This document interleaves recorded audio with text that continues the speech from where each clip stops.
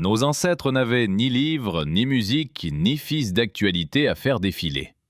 Que faisaient-ils durant ces longues heures de silence? Des études montrent que leur cerveau fonctionnait dans un mode que la plupart d'entre nous avons complètement oublié comment activer. Les humains de l'Antiquité s'ennuyaient-ils vraiment? Imaginez votre arrière-arrière-grand-parent, multiplié environ 2000 fois, fixant les flammes d'un feu.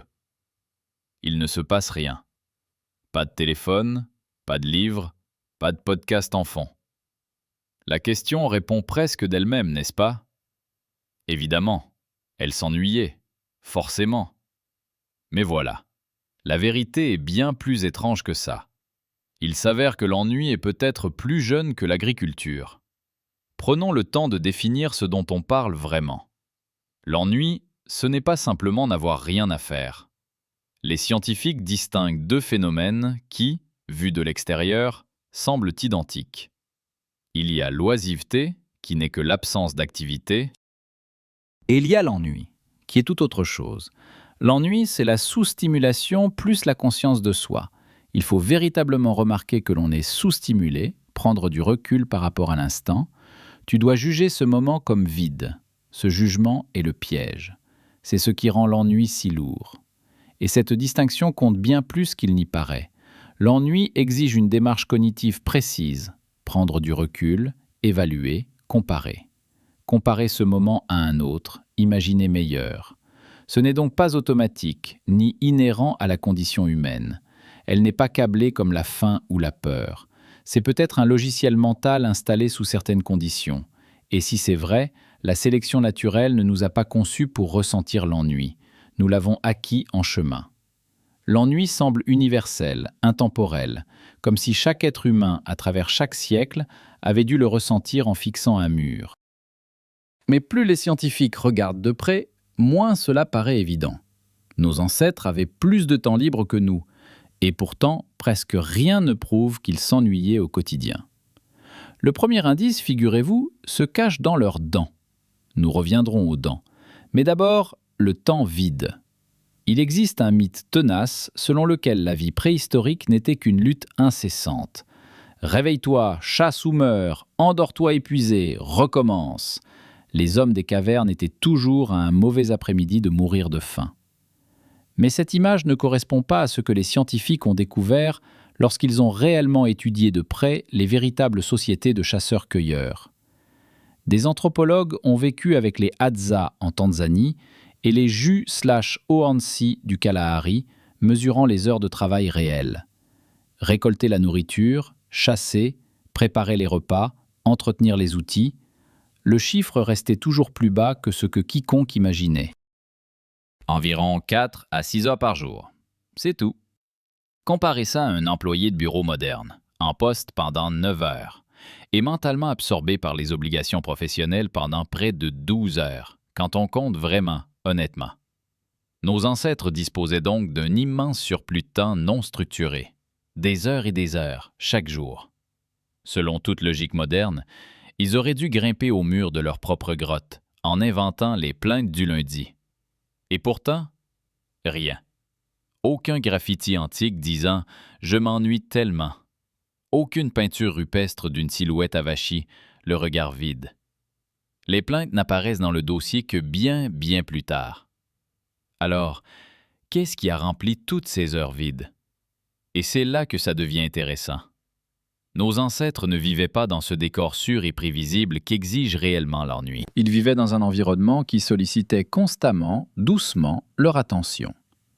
Imaginez que vous traversez une savane à pied, non pas en touriste, mais en personne dont la survie même dépend du moindre détail qu'elle perçoit autour d'elle. Un bruissement dans l'herbe veut dire quelque chose. Le cri d'un oiseau veut dire quelque chose. Le vent qui change de direction veut dire quelque chose. La position du soleil, la fraîcheur d'une empreinte, l'odeur de l'air après la pluie, autant d'informations. Rien de tout cela n'est un bruit de fond. Les anthropologues appellent les grands félins et les prédateurs au sommet de cette époque des super-prédateurs.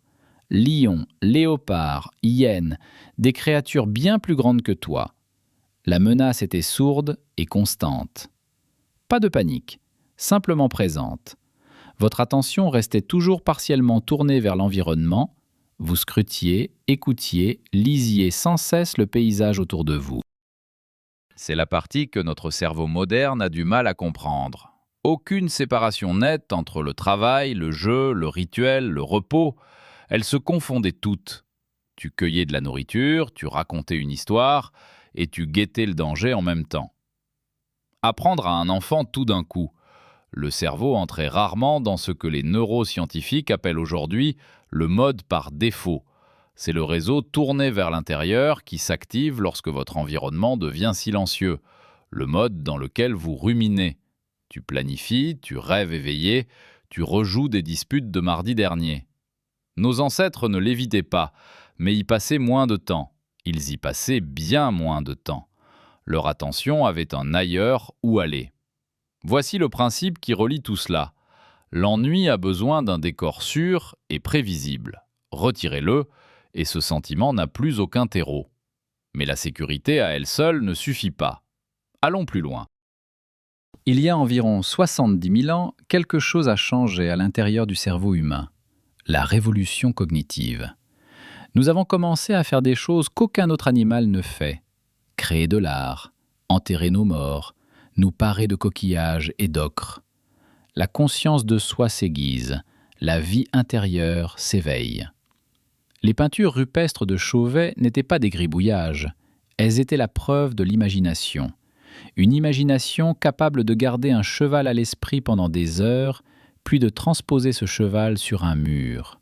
Cela exige une pensée symbolique, un monde intérieur à plusieurs couches, ce qu'on appellerait un état créatif, un système de divertissement intégré. Imagine que tu es assis près d'un feu, la nuit. Il te garde au chaud, il maintient les prédateurs à la lisière de la lumière, et il rassemble tout le monde dans un cercle social très soudé. C'est le moment où naissent les histoires. Des anthropologues ont étudié les communautés modernes de chasseurs-cueilleurs. Ils ont découvert que la conversation de jour est pratique. Qui a fait quoi? Où se trouve la nourriture? Une fois la nuit tombée, le ton change. Cela devient des récits, des mythes, des chants, des histoires imaginées. Du cinéma cognitif, en somme. Bien avant Netflix, nos ancêtres avaient leurs séances nocturnes, projetées dans leur crâne par le langage et la lueur du feu. Et voici le retour de situation. Les humains anciens s'ennuyaient moins que nous. Ils vivaient un quotidien stimulant le jour et une vie imaginaire foisonnante la nuit. Les heures creuses n'étaient pas vides, plein d'attention, d'histoire, de rituels, d'artisanat. L'esprit ne sombrait jamais dans le vide. Puis l'agriculture a discrètement brisé quelque chose en nous. Il y a environ 12 000 ans, les humains ont commencé à cultiver la terre. Un moment que l'on célèbre comme un immense bond en avant. Elle nous a donné les villes, l'écriture, des réserves de nourriture, la civilisation. Mais il y a un prix dont on parle moins souvent. L'agriculture a introduit quelque chose de nouveau dans l'expérience humaine. La répétition. Une répétition prévisible, contrôlée, abrutissante, qui n'avait jamais existé auparavant. Pensez à ce que fait un agriculteur. Le même champ, la même culture, la même saison, les mêmes gestes jour après jour. Le travail n'exige pas l'attention qu'on porte à suivre un animal. Il exige de l'endurance, de la persévérance. L'environnement devient silencieux parce que vous l'avez apprivoisé. Les informations du paysage se réduisent à une poignée de variables. Va-t-il pleuvoir? Les sauterelles vont-elles arriver? La graine va-t-elle prendre? C'est en gros tout le paysage mental maintenant. Et c'est ici que les archives historiques deviennent passionnantes.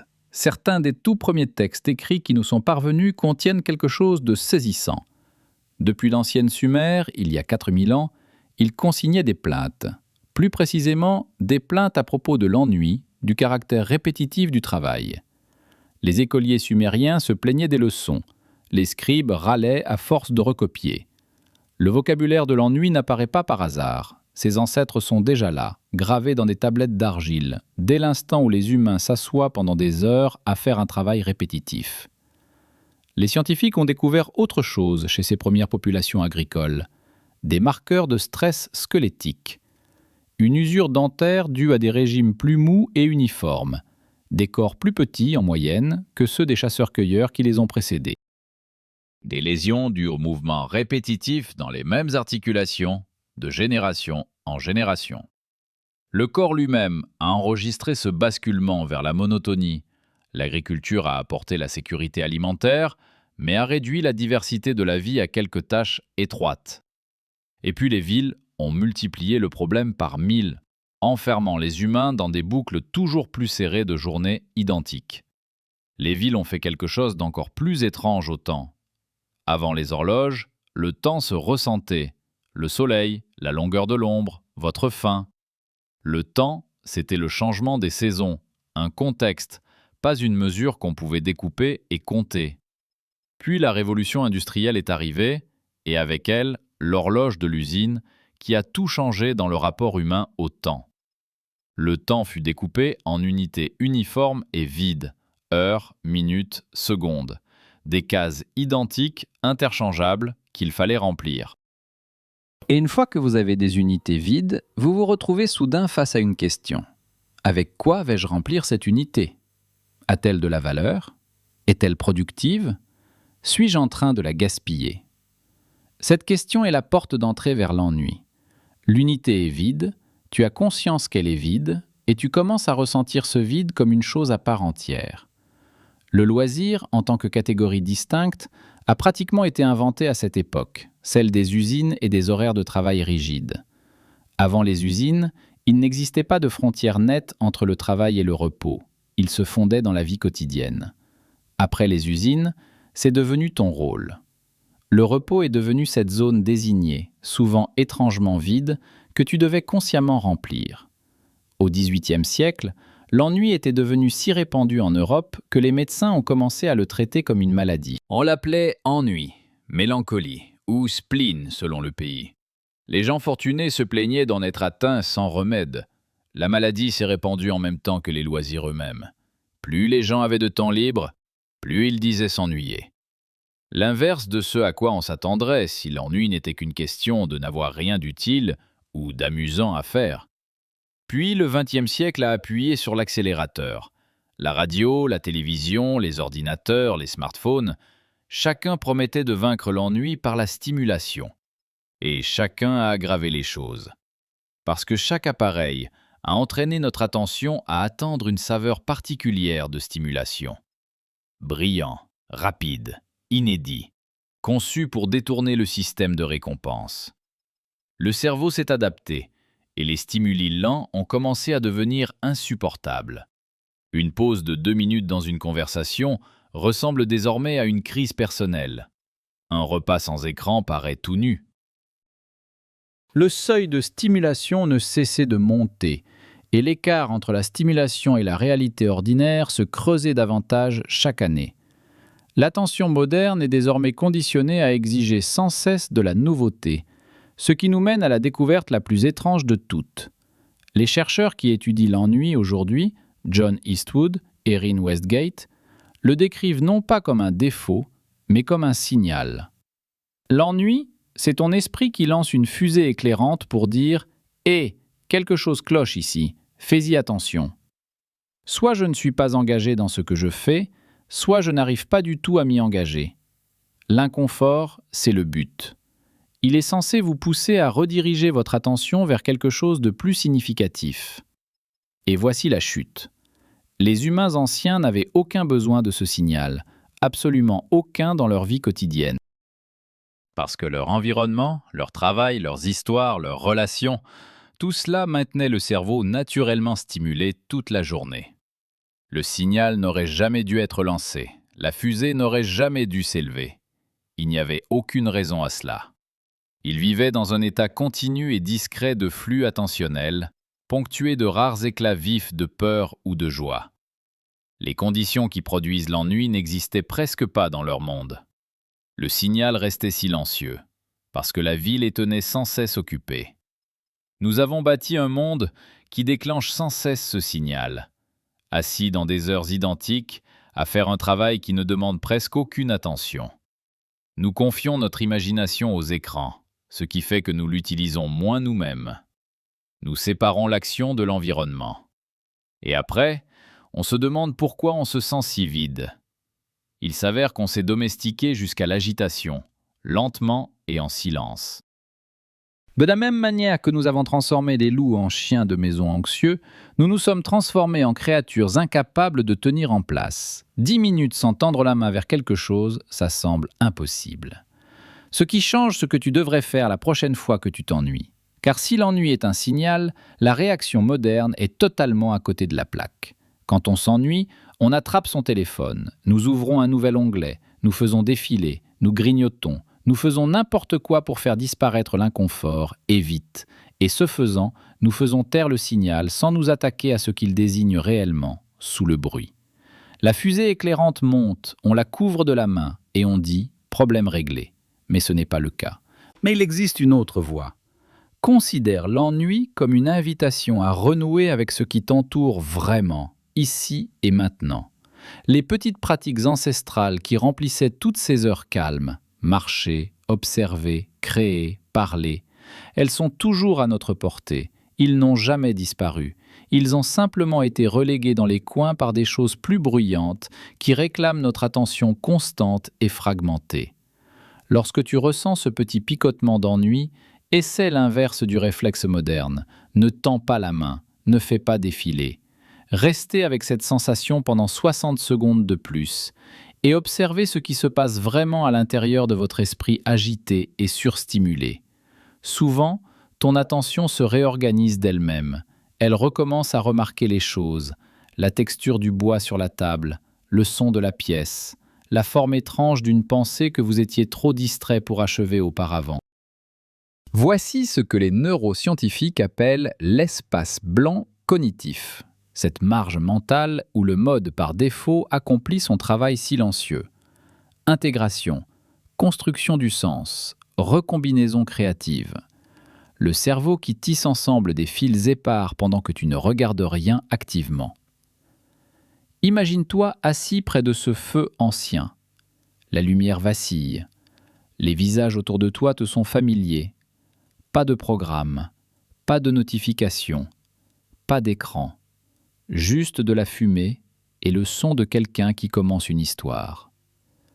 Cet état n'est pas perdu dans l'histoire, il n'est pas réservé à ceux qui sont nés il y a 10 000 ans. C'est une posture d'attention. Vous pouvez l'adopter, brièvement, presque partout où vous le souhaitez. Une longue promenade sans écouteurs, un repas sans téléphone, une conversation sans horloge. Le recadrage, le voici.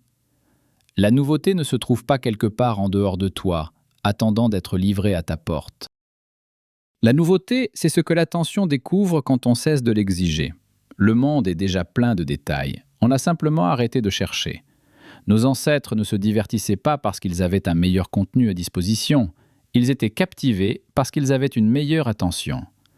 Et l'attention, contrairement au contenu, ne s'épuise jamais.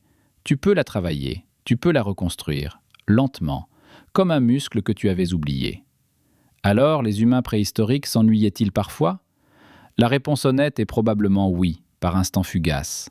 Un mauvais après-midi pluvieux, coincé dans un abri, une longue attente avant le retour des chasseurs à la maison, un enfant trop jeune pour savoir quoi faire. L'ennui n'était qu'un visiteur passager, jamais un locataire, pas le bourdonnement de fond constant qu'il est devenu pour nous. Leur vie empêchait l'ennui chronique de s'installer. Les nôtres sont conçus pour que les conditions s'alignent presque tout le temps. Mais une question demeure en suspens. Si nos ancêtres prêtaient une attention si différente au monde, rêvaient-ils aussi différemment la nuit? Leur nuit produisait-elle les mêmes sortes de rêves que les nôtres, ou quelque chose de plus étrange que nous ne pouvons imaginer? C'est là que je veux aller ensuite. Si vous avez trouvé ça intéressant, si vous aimez tirer sur le fil, abonnez-vous. Je continue de poursuivre ces questions étranges parce que ce sont celles dont je veux vraiment connaître les réponses moi-même. Et la suivante m'attire déjà.